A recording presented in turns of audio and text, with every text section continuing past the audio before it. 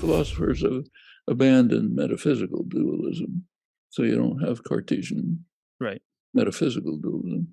Unfortunately, many have replaced it by something worse, a Hmm. kind of a methodological dualism, which says we study things above the neck differently than the way we see the rest of the world. Yeah. That's pernicious. There's no reason to study them the same way. Hello, my growing geeseling army. It is Mother Goose Robinson Earhart here with the introduction to Robinson's podcast number 66. I think it goes without saying, if you've looked at the title, that this is a landmark podcast in this Robinson's podcast multiverse. And Noam Chomsky is professor of linguistics emeritus at MIT. It feels very funny introducing Noam Chomsky, and laureate professor of linguistics at the University of Arizona. So Noam, as I now know him apparently, not only counts as among the most influential linguists of all time, but he's been incredibly transformative across a wide array of disciplines in academia and outside of academia over the past 94 years. So he played major roles in philosophical debates. He was one of the fathers of, or parents, fathers of cognitive science. And of course, he's had a tremendous influence on political theory, and not just the theory, but how politics has been done in the 20th and 21st centuries. So, in conducting this interview, when I figured out or discovered that I was going to be talking to Noam, I mean, my first thought was, what am I going to talk to Noam Chomsky about? He has written something like 150 books. He's done all this work, brilliant work, the best work, across, again, so many different subjects. And I thought, okay, we could do a really deep dive for an hour or so into some esoteric aspect of linguistics, but then this wouldn't be very accessible to many people. Or we could talk about politics. I mean, there's certainly plenty of material to discuss, but most of the interviews I see with Noam on the internet these days tend to be about politics. And then I thought, okay, well, ChatGPT is huge, but he just had this major op-ed in the New York Times about large language models. So, granted Noam's status as the king of linguistics, I thought maybe we would take a step back, talk about some of the historical developments in linguistics over the past 100 years, since very few people have seen or contributed to as much or as many of them as he has, probably zero. He's our N of one here. And in doing so, we could talk about maybe some of the philosophically important aspects of his work as well. And so that's what we did. We started out with his introduction to linguistics, the dominant paradigm at the time, how it shifted over the course of his career, and some of the more particular topics of discussion are generative grammar, universal grammar. We talk about innateness hypotheses, and that's related to universal grammar naturally. And then we also discuss some more philosophical questions. So Noam brings up indeterminacy of reference. We touch on the relationship between thought and language. We also go into the historical continuity of linguistics and how past linguistics is still represented in contemporary linguistics. And then, of course, we do end up inevitably touching on ChatGPT and large language models and the limitations, or maybe limitations isn't the right word, but in Noam's opinion, their utter lack of any capacity to teach us anything about human language or linguistics or our our linguistic faculties. Now, Pins, my dragon. Well, I've never called her my dragon before this moment, but I was just thinking she was kind of not just kind of, she was a nuisance in this conversation. And as soon as she returned to her den, naturally, right after the conversation ended, I thought the dragon has returned to its den. So anyway, before Noam and I talked, I told him that I have a cat who might be co-hosting at any moment, but there was little I could do about it, and he was quite gracious. He had a dog, I think Gus was this dog's name, who was also, I think, entertaining him under the table the entire episode. But unlike Pins, Gus wasn't jumping on the table. Anyway, I'm sorry if Pins is distracting to you. Somebody left a comment the other day, a very angry comment on one of the YouTube videos about how disrespectful I am having Pins in these episodes. But I don't have a studio. I do these out of my apartment, and for whether you like it or not, for better or for worse, she is the co-host. So maybe you can listen on audio or find a different podcast without a cat involved. And the last thing I will add is that if you're watching this on YouTube, or if you clicked on this on Spotify, you saw the album art. It should be right over here. Yeah, in this direction. Noam requested. I always ask my guests if they prefer an artist or a painting for me to use for my album art, and Noam requested a Rembrandt. So he has some very classic tastes, and I hope you enjoy my artwork. Without any further ado, it is my immense honor and privilege to present to you the collaboration Noam X Robinson that nobody has been asking for, but that you're about to get. So again, without any further ado, I hope you enjoy this conversation as much as I enjoyed having it with Noam.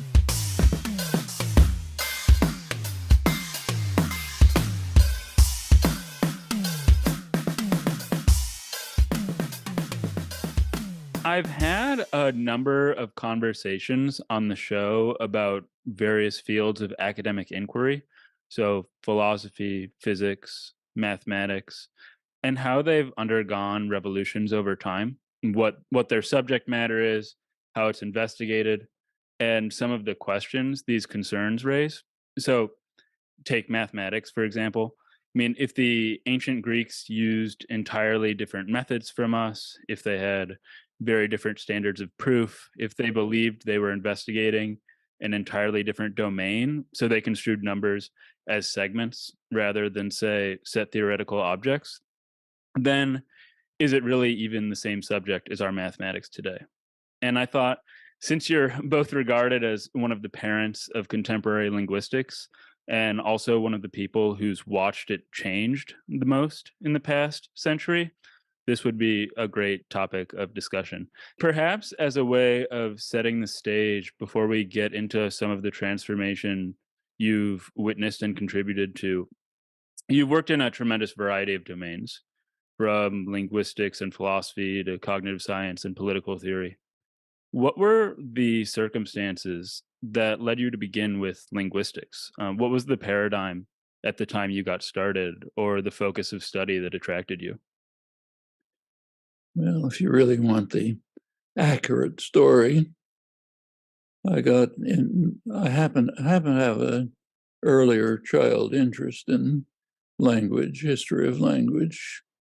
My father was a Semitic scholar. When I was 12 years old or so, I read his doctoral dissertation on a medieval Hebrew grammarian and historical Semitic studies. So I had interest in that. But basically, after a year of college, I was quite disappointed and was thinking of dropping out because I didn't see any point to it.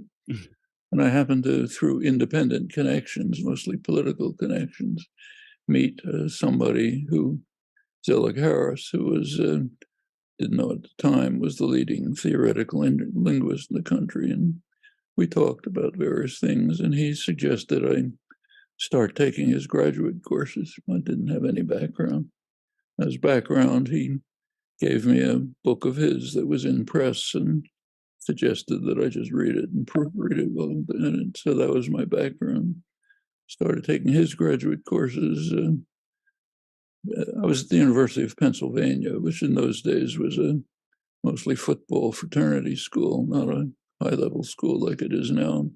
But there were very distinguished faculty scattered around in various fields. So I started taking their graduate courses, Nelson Goodman in philosophy, Mm.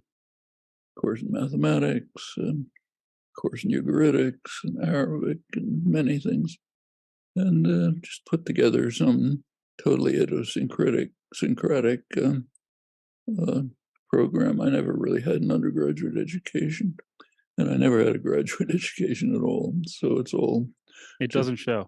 put together. It's just I understand that Ferdinand de Saussure is considered by many to be among the thinkers most influential upon 20th century linguistics, and primarily for his contributions to the structuralist school.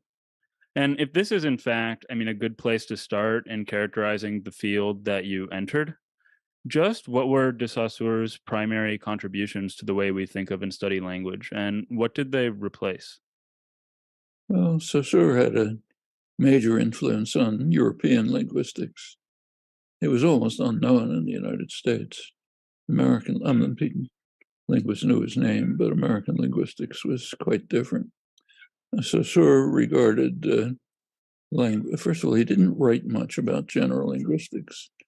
The book of his that's famous is notes taken by a student, which were not all that accurate when it was later done with a scholarly analysis of the text. There's an edition that came out that's quite different, but this was not his main interest. He regarded language as a kind of a social construction, a social contract among people. He developed ideas which did lead to the phonemic principle by some of his close followers, Trubetskoy, Jakobson, and others, which had an analog. Similar developments were taking place in the United States, but the effect of Saussurean linguistics in the United States was not very substantial. In fact, as a student and graduate student, we never even looked at them. We weren't expected to know anything about it. It was, and if you look at the literature at that period, it's barely mentioned in the United States. It did lead to structuralism in a broader sense, anthropology, economics, sociology, and so on. But looking back, I think the contribution to linguistics is limited, not very much. Uh, American linguistics at the time defined itself as a taxonomic science. That's the word that was used. There are procedures of analysis which can be applied to an arbitrary collection of material. Harris's Methods in Structural Linguistics was the most sophisticated version of this. There were others by mostly directed to sound structure. That was the main topic studied. Phonemic sounds, phonemic analysis didn't go much beyond that. Harris's did go beyond, but it was unusual. The idea was you can apply these to any corpus of materials. It'll give you a structural analysis of the uh, corpus. In Harris's terms, it'll give you a compact one-to-one analysis of the corpus of materials. And it was assumed, not by Harris, but the general assumption was Leonard Bloomfield. He was the leading figure in the field, and his view that language, as he put it, is a matter of habit and training. This was all within the broad behaviorist framework that was overwhelmingly dominant at the time. And if there was anything beyond habit and training, it was attributed to what was called analogy, whatever that is, unspecified. The work on my own work, the work on generative grammar generally took a totally different view. At first, I regarded it as a kind of personal hobby, not not part of linguistics. In fact, my undergraduate thesis in the first major work I did was really an exercise in Nelson Goodman's constructional analysis. Is kind of the same thinking as in his structure of appearance and so on, but applying to much more complex materials, the complex materials of Semitic morphology and structure, which are quite intricate. It was a study of application of measures of simplicity in Goodman's sense to choosing one or another system of describing systems, but it was a generative grammar. It began with the conception that you have to begin with a recursive enumeration of the expressions of the language, and then you find the simplest account of that. That's the most explanatory, the simplest account. It took off in that direction.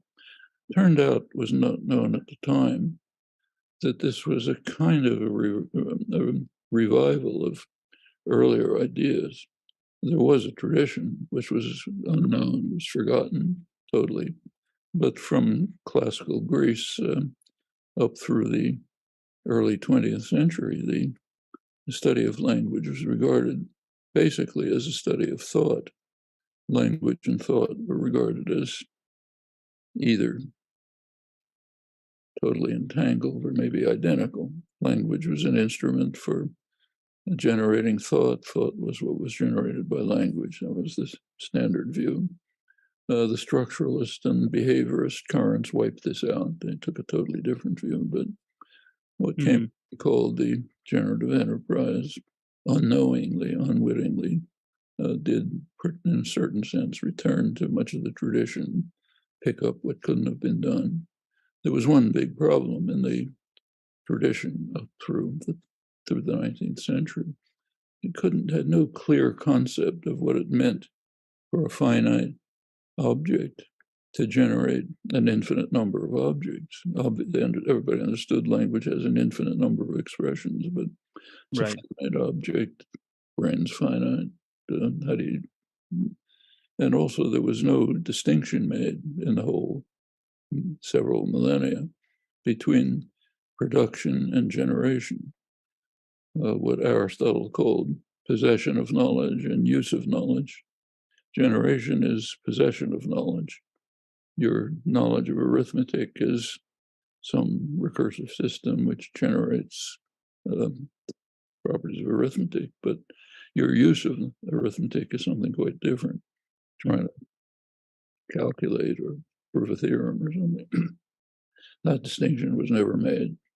It began to be clear. It became very clear finally with the development of the mathematical theory of computation in Gödel, Turing, Church, others in toward the early part of the 20th century. So by the time the generative enterprise took off, these notions were very clear.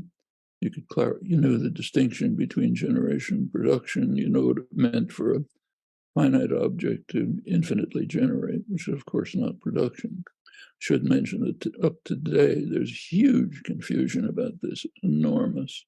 The current fascination with large language models totally confuses it irremediably. Almost everything that's said is complete nonsense because of this confusion. But it did become clear by mid-20th century to those who wanted to understand the generative enterprise. Later years, it just became, it sort of cast off the range of ideas I thought it was very clear early on to me and a couple of others that that the idea of language as a matter of training and habit is completely impossible. Take a look at a child, nothing remotely like that is happening. The generative enterprise work did lead to an explosion of research in psycholinguistics and language acquisition, and a great deal has been learned. Very important work. It was understood in the early 50s that there's a very serious problem of what's sometimes called Plato's problem. The way Russell put it is, how come we know so much with so little evidence, that problem, called poverty of stimulus in the linguistic concept. It was known to be a serious problem in the early 50s, but now work on the topic has shown it's an enormous problem. What a child knows at 2 or 3 years of age is way beyond any evidence available. There's got to be a rich internal structure. This has been a live issue and shouldn't be, in my view, but a lot of critical material in the philosophical literature, I think, quite mistaken. But anyway, that means that you have to cast out entirely the whole highly regressive behaviorist framework and treat the growth of language as any other biological object. So all of this work is in the framework of what's sometimes called biolinguistics, treating language as just another trait of the organism with properties similar to others. So you want to find the internal built-in structure that makes an infant capable of picking out language from the noise around it and going through a regular procedure of growing a system in the mind, which is what you and I are now using. Happens pretty early, a couple of years old. Not exhibited by a child at that point, but experiment shows that it's there internally. And then it develops, and as a study of language then is partly a study of what's called now universal grammar, the internal innately determined system that enables the system to develop, and the resulting systems in individual cases, yours, mine, somebody who speaks Swahili, and so on. This does have many similarities to the tradition from Greece, classical Greece, through 20th century, changed significantly because of the appearance of the mathematical theory of communication, which put it on a solid basis, made the right distinctions, and a great deal of work in related fields. And this was also the dawn of cognitive science, which broke sharply from the prevailing behaviorist tradition. Not very much in philosophy, but in psychology and so on, other fields. Then it kind of goes on from there into how it works out in detail. Yeah. Well, the relationship between language and arithmetic is something I'm quite curious about because my research is in the philosophy of math. But you mentioned three things that I'd like to go into in more detail. So you mentioned the behaviorist framework, you mentioned Leonard Bloomfeld, and you also mentioned language and thought.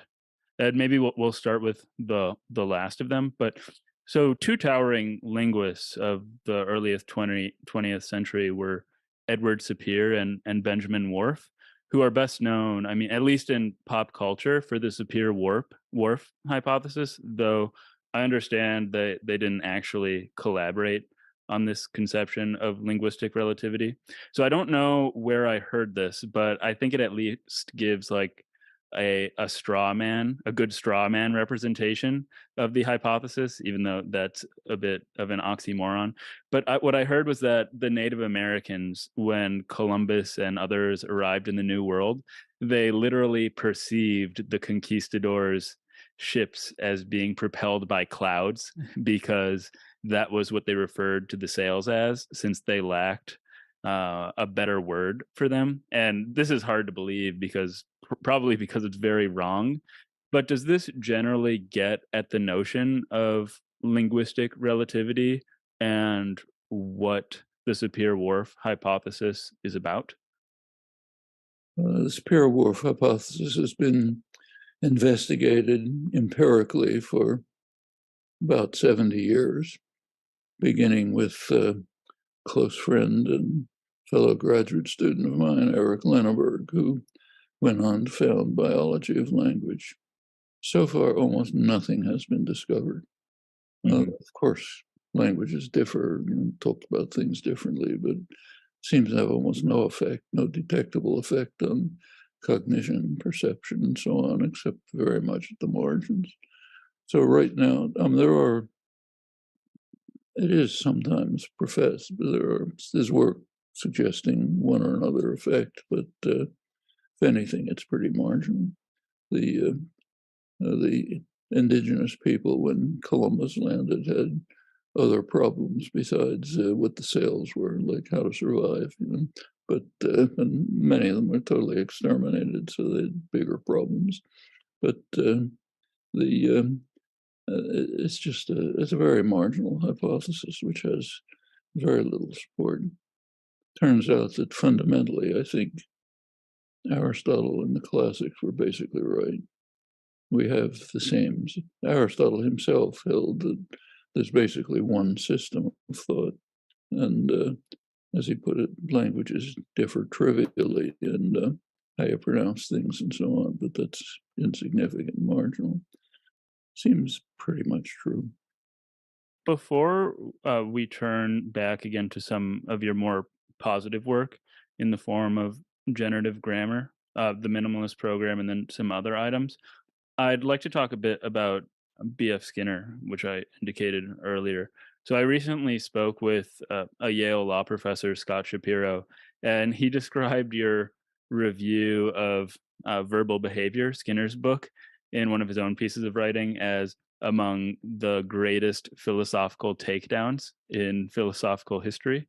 So, what was the behavioral conception that Skinner espoused for language, and what was your criticism of it? Well, first of all, I should say in the back of my mind at the time was not so much Skinner as Quine. Oh, really? Okay. Quine was the most influential figure in the environment, the general environment at the time, leading philosopher, of course, major Anglo-American philosopher of language, mind. And his views were basically dogma at the time. I was studying with him, and we disagreed pretty sharply about this. If you look at his book, Word and Object, it's which is what he was lecturing about in the 50s when I was taking courses with him, straight Skinnerian. And I didn't care that much about Skinner. I thought it was ridiculous, but Quine was very important. So I did write a detailed review of the Skinner book, which also was near dogma at the time. It was the William James lectures, which had been circulated in around 1948 and were the background of the general thinking of what's called the Unified in Science movement that was trying to develop general ideas about language and mind. The idea was that thought that Skinner's was a real breakthrough. It was completely impossible. The fact is that if you take a look at what I did, just ran through it systematically. If you look at Skinner's proposals, if he uses terms like reinforcement and uh, conditioning and so on. If you take the terms literally, it's complete nonsense. If you take them metaphorically, which he did, it's just a rephrasal of mentalistic terminology and without all the subtlety and complication and detail of it. So essentially, it comes down to nothing. But then for years, Quine and I had a number of even published interchanges about this, but that's the background. Yeah. What was the substance of your interchanges with Quine? You can find them in the literature. It's about his position. His position in Word and Object and other publications was that there's of course a general in philosophy in the study of science or any empirical topic. There's always indeterminacy. So you never reach certainty in an empirical inquiry. That was understood since the 17th century. But he argued that for language, there's a kind of lethal indeterminacy that goes beyond the normal indeterminacy of physics, let's say.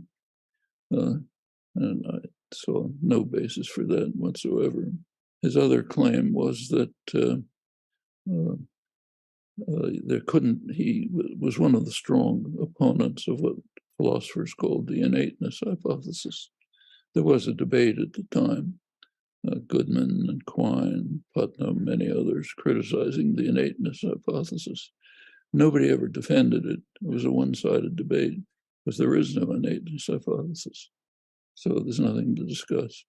There are specific innateness hypotheses, like what particular form of the innate structure that distinguishes a human infant from, say, a chimpanzee.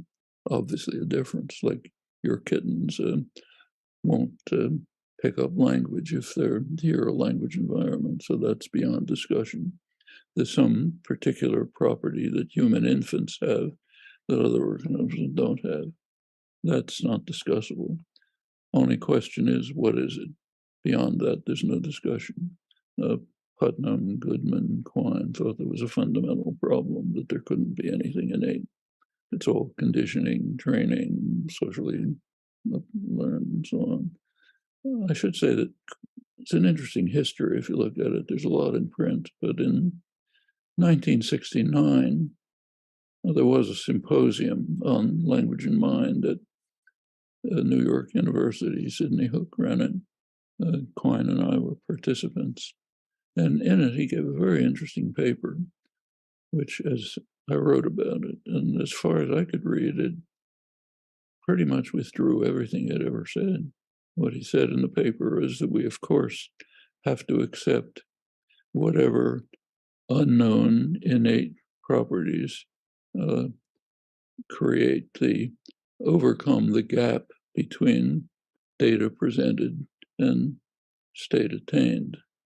Well, if these are innate properties, then the state attained and their biological properties, which you can study by the methods of science, then the same is true of the outcome, just by logic. If these are the properties that map innate evidence to state attained, and you can study the methods that carry the mapping, then you can study the outcome. It's automatic. But then everything collapses. There's no problems of reference. There's no indeterminacy. It's all just science. So I don't see what's left. It's kind of interesting that this paper is entirely omitted from the vast literature about Quine, but I don't think it should be. I think it's important. So as far as I was concerned, the discussion ended at that point. There's has to be built-in innate structure, has to have the property that it maps data available to state attained. State attained is what you and I are now using. We can study the innate structure, we can study the state attained, we can look at the process that went on in between. It's all straight science, no indeterminacy beyond the normal indeterminacy. So it seems to me that that basically collapsed. Now, if you look at word and object, he defined a language as a complex of dispositions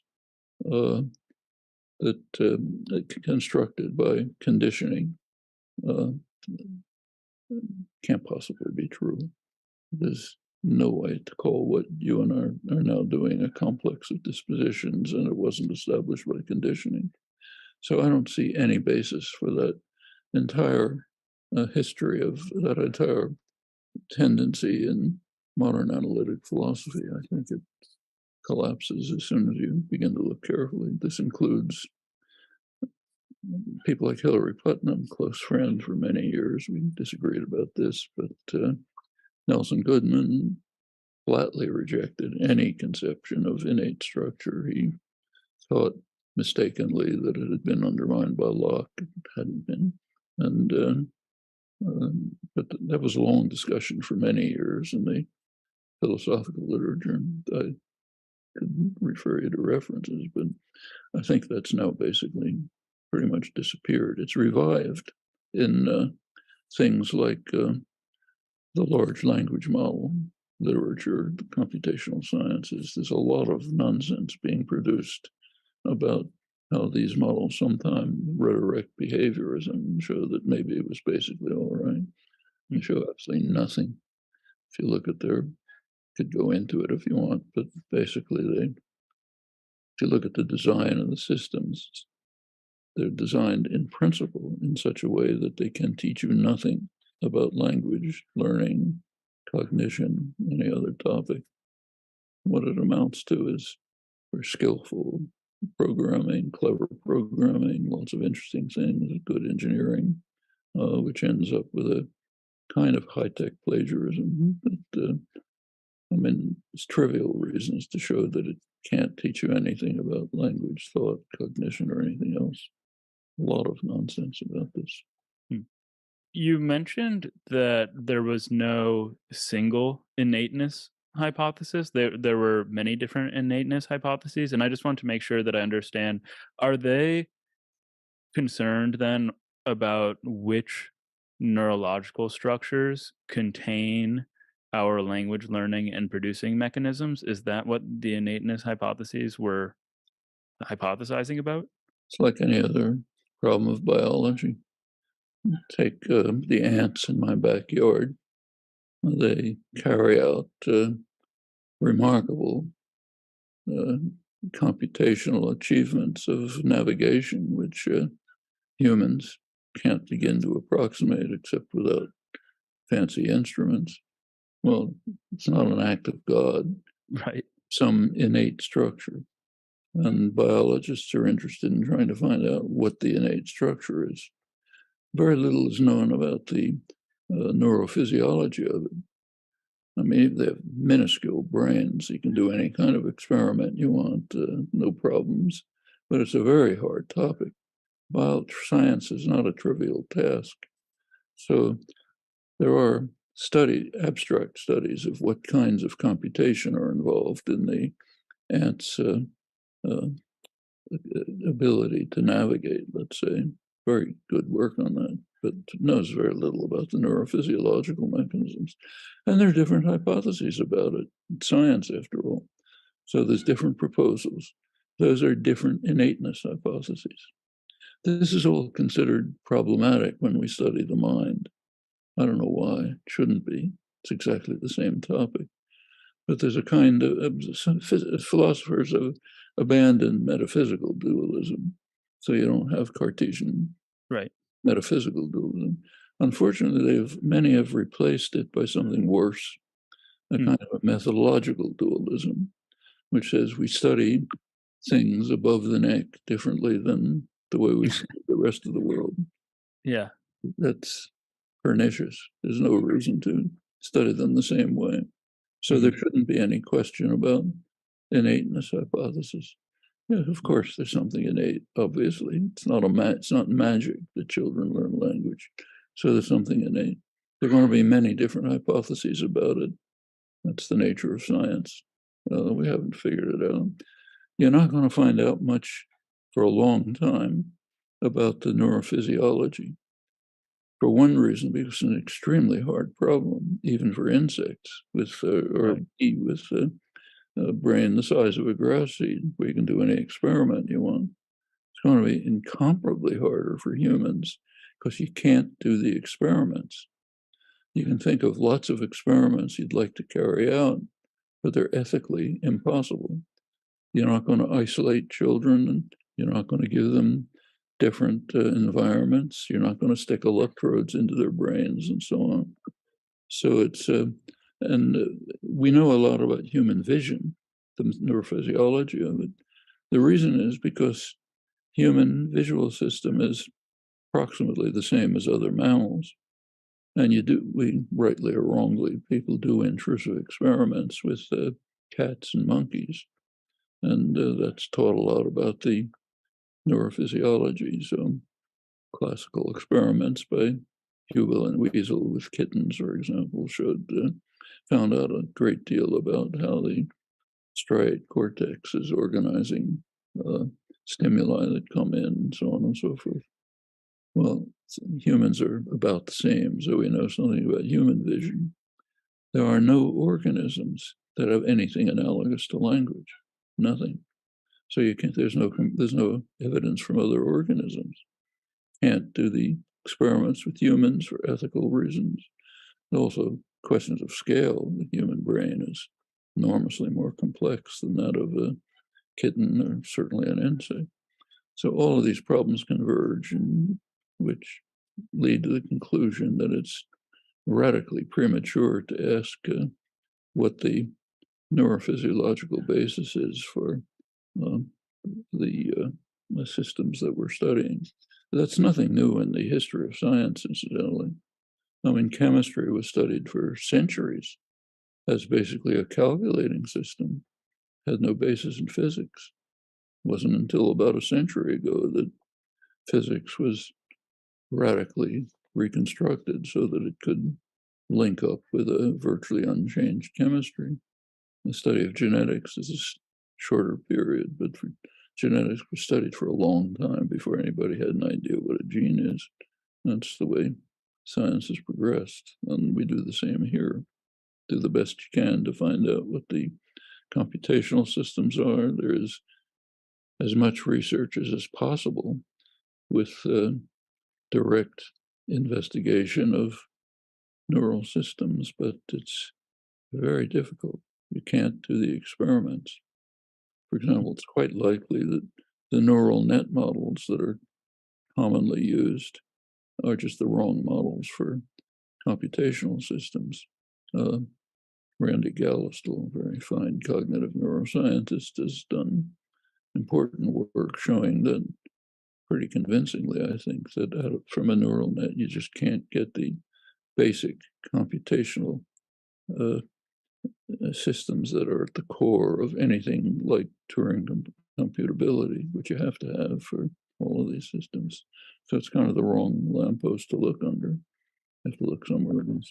He suggests could be intermolecular, internal to the molecules, which have much more computational capacity.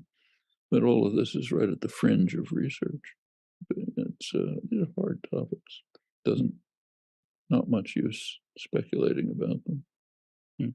How does all of this talk of innateness relate to universal grammar? And perhaps we should start with what universal grammar is, but also one of the criticisms or objections to it as a theory that I've seen is that it hasn't been empirically confirmed. But you've just mentioned that it's quite difficult to do these sorts of experiments, and we shouldn't expect much data on them for quite some time. Well, universal grammar in the modern period, the last 50 years or so, is just the technical term for the theory of what's innate. That's all. So something's innate. There's a theory about it. You try to discover the theory that's called universal grammar. Many different proposals about what it might be, of course. Empirical evidence is overwhelming, but it's not what is misleadingly called empirical evidence. There's a tendency among philosophers and some others to think that it's not empirical evidence unless it's wet. Like if you find it with a lab coat on and Yeah. found it in the brain, then it's empirical evidence. If you explain large, complex phenomena of language on the basis of very simple principles, that's not called empirical evidence. That's more of the methodological dualism. That kind of approach would have eliminated chemistry for centuries because nobody knew what the physical basis was. I mean, Kekulé's diagrams, for example, were considered ways of calculating the results of experiments. In fact, there was much confusion about this. Even great scientists like Poincaré and Mach rejected Boltzmann's theory of gases because you couldn't find molecules. In fact, you couldn't see them, but it was later shown, of course, that this was all mistaken. These were major, huge advances in science, and later, finally, Dirac, Pauling were able to unify chemistry, unchanged chemistry, with quite new physics that came along, quantum theory. But there's tons of empirical evidence. It's just not wet evidence, just as there isn't for insects. Kind of interesting that nobody ever criticizes the very sophisticated studies of insect navigation because you don't know the neurophysiology. Nobody thinks you have to criticize that. Well, as again, the pernicious methodological dualism. We have to treat human thought differently from the rest of the world. We don't. We treat it the same way. There's enormous empirical justification. There are various theories of universal grammar that are being sharpened, perfected, modified, proved, and so on. Those are different, if you want, different innateness hypotheses, but the term is absurd. Mhm. You've mentioned insect and ant navigation a number of times. E.O. Wilson's Insect Societies is one of my favorite sort of academic books. Is he somebody that you knew in your time in Boston? Yeah, uh, we were at Harvard as grad students at the same time in the Society of Fellows. It's a small group of fellows at Harvard. We were both in it. We overlapped. Mhm. Hmm. That's very neat. Now, you indicated a bit earlier that these new sorts of computer models, I think that you were referencing such things as ChatGPT, won't teach us anything about language. And you said we could get a bit more into that. What did you have in mind? Is it because, well, I'll let you go. There's a minor reason and a major reason. The minor reason why they're not going to tell us anything is the astronomical difference in scale. It's extraordinary. 50 terabytes of data with a couple of billion parameters and throw some supercomputers at it. It's not going to tell you anything about an infant. That's the minor reason. The major reason is a matter of principle. Suppose somebody came along with a theory of physics that said, my theory can describe a lot of things that are happening, can describe a lot of things that are impossible, and I can't make any distinction among them. You'd laugh. That's large language models. It's exactly what they are. You give them 50 terabytes of data from a natural language, they'll find out properties of the data that they're looking at. Give it to them from an impossible language, they'll do exactly the same. They don't make any distinction. So, and that's built in to the design, irremediable, which means that irremediably they can tell you nothing about language, about cognition, about learning, about anything else. It's not a criticism. Maybe they're good for something. Uh, I have no objection to. In fact, I'm using it right now. I don't hear very well, so I'm using captions. They're developed the same way. Uh, Look at a ton of material, you find irregularities, you figure out ways in which you can uh, map auditory signals into something written. I think that's very valuable. Teaches absolutely nothing about perception or language or anything, but it's very useful. So maybe these will turn out to be useful for something. It's not obvious what, but as a contribution to science, it's essentially like a physical theory that says, here's some things that can happen, here's some that can't happen. I can't tell you the difference between them. Hmm. There was a term you used a couple of minutes ago that immediately caught my attention, and it was impossible language. What's an impossible language versus a possible language? I can easily design it. It's one that infants cannot acquire because it involves principles that humans don't use. There's some very trivial, simple examples. Yeah, please. Okay, take maybe the simplest. One fundamental property of language, surprising property, is that the rules and principles have a condition called structure dependence. They operate on structures, not linearly ordered strings. So take a sentence like, friends of my brother like each other. Okay. Friends of my brothers like each other. Who likes each other? Not the brothers, the friends. Hmm. The way so-called anaphora works, terms like each other, himself, and so on, is they find the closest antecedent. So if you say the boys thought the girls like each other, it's the girls who like each other, not the boys. Closest antecedent in the sentence I used, friends of the brothers like each other, is brothers, but you don't use it. And furthermore, this is known, but furthermore, every construction in every language works the same way. The rules operate on, what your mind is actually doing, is forming the structure of the sentence and finding the core semantic element in that structure. It's quite a complex algorithm. You're not using a simple algorithm, find the closest antecedent.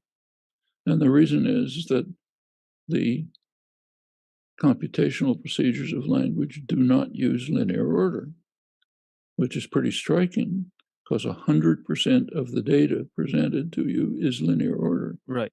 You reject 100% of the data, the infant does it, throw it out, and you use abstract structures which you never hear. The mind constructs every construction in every language. Well, what does that tell you? It tells you that something internal is saying, I don't pay any attention to linear order. I just pay attention to abstract structures that I can construct. We now have a pretty good explanation of this.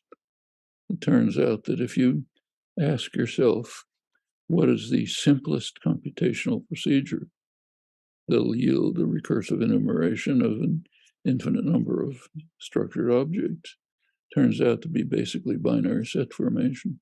Right. Unordered. And that's what universal grammar is. Tells the child, use the simplest computational operation, which entails disregard 100% of what you hear.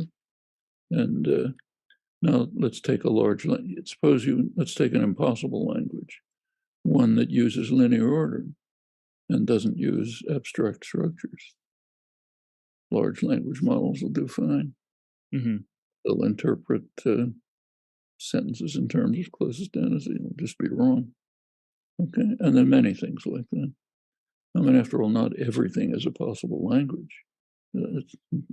Just certain things are that have very definite properties in common. If that weren't the case, no infant would ever learn language.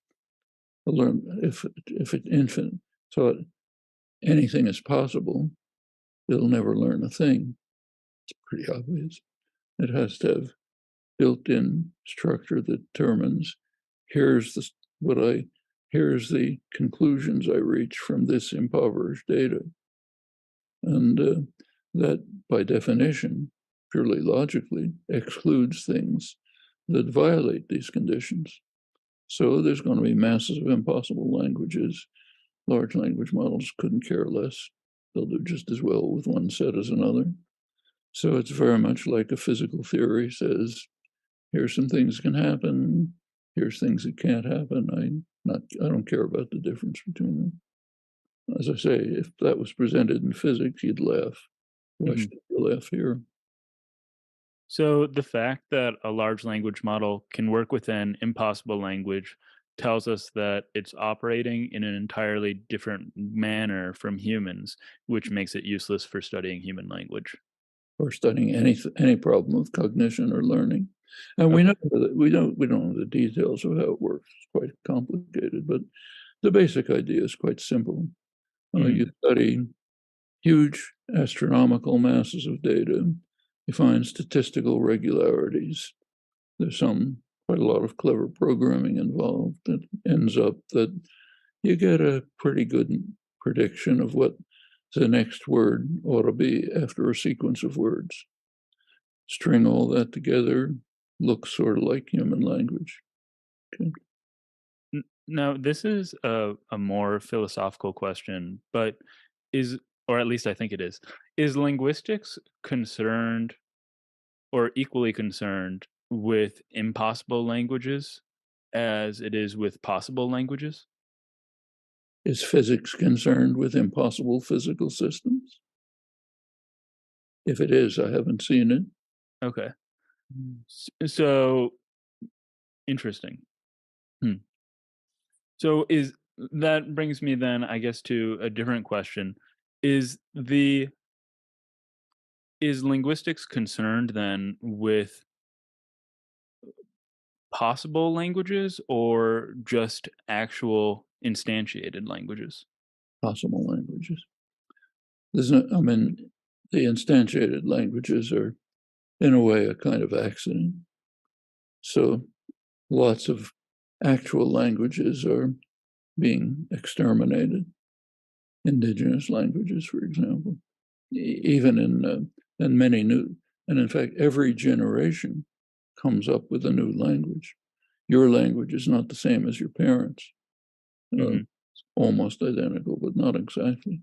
In my case, let's say my parents are immigrants, so my native language is quite different from their native languages. That happens every. My grandchildren speak differently than I do. They use teenage stuff that I don't use, and so on. So there's always changes in language, but what you're interested in, just as in, just as exactly as in physics or chemistry or anything else, is what are the possible systems. In physics, you're not interested in this is the way this cup in my hand will fall if I drop it. You're not particularly interested in that. What you want to know is what are the laws of motion and so on, Hmm. that deal with possible systems. So, to paraphrase, it is not concerned with the set of human utterances or inscriptions, Oh, but is very it much concerned with that. You well, there's two levels of study. okay. One, you want to study the initial state of the organism, the shared, common, innate faculties that make every human infant capable of learning any language. You want to study that. Then you want to study the states that are attained. What actually are the properties of English or Swahili or Tagalog or whatever? In terms of that's, of course, the evidence that you use, the data that you use. Just as, again, in physics, you're interested in the results of particular experiments. Now, in the case of language, you can't make experiments, so you have to take natural experiments. If it were some other organism other than humans, we'd create experimental conditions under which the state would be attained, but we don't allow ourselves to do that. So you take the natural experiments, and are very much interested in the details of them. That's what gives you the way of, like, take the example that I just gave. Friends of my brothers like each other. Well, that's property of English. And you have to look, but it's a property that happens to teach you something. Teaches you that humans disregard linear order and work only with abstract structures that their minds construct. But if you don't look at the details of particular languages, you don't learn that. Hmm. So, I guess I'm still trying to understand what. Hmm, I guess what I'm trying to understand is what possible languages are.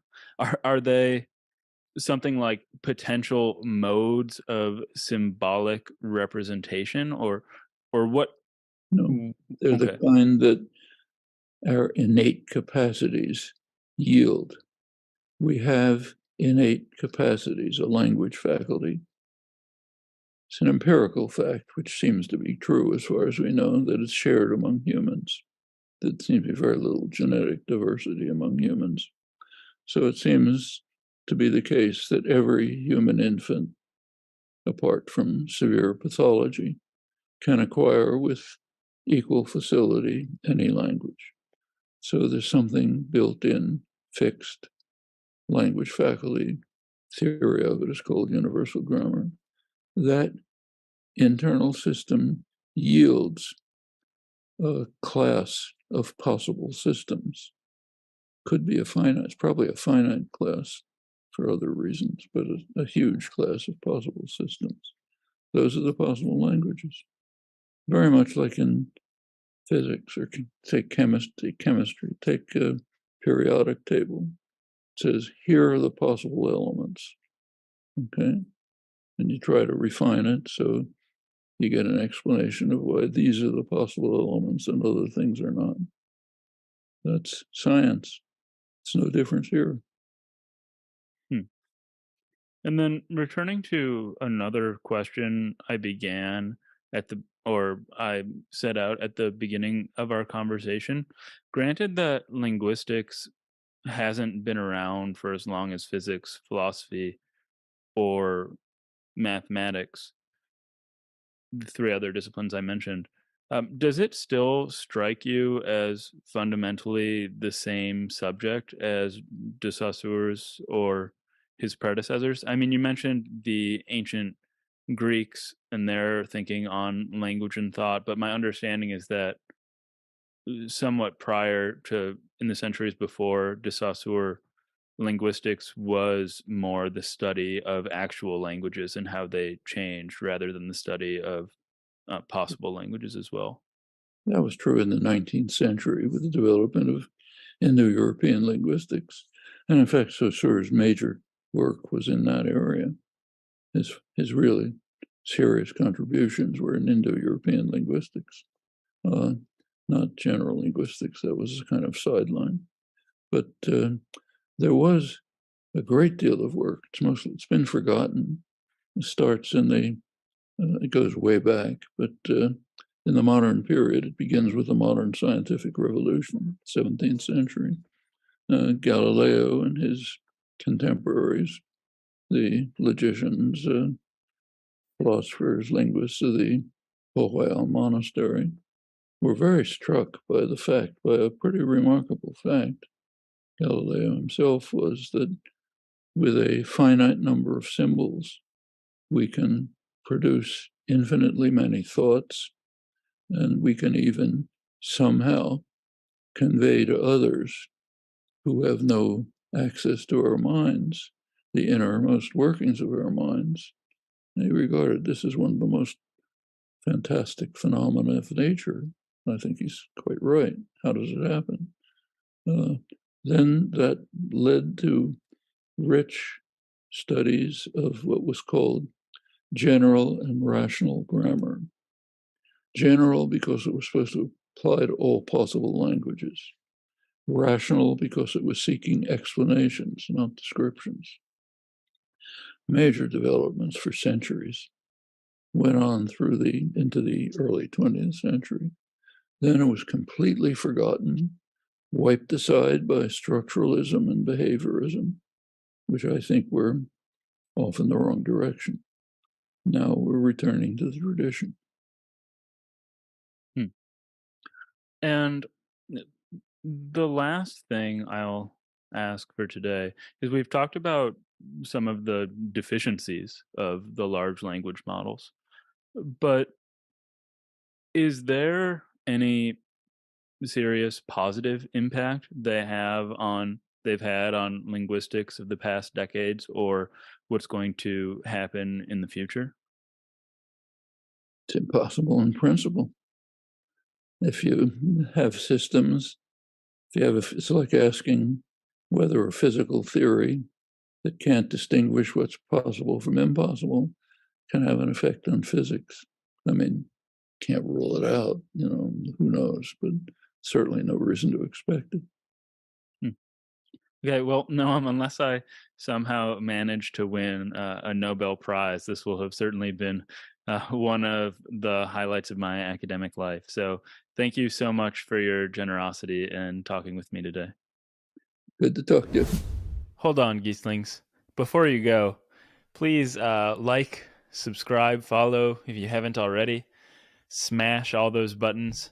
And also, if you haven't followed me on Twitter at Robinson Earhart, or if you're not joining me every morning as I eat my pint of ice cream on Twitch at Robinson Earhart on Robinson Eats, please do so.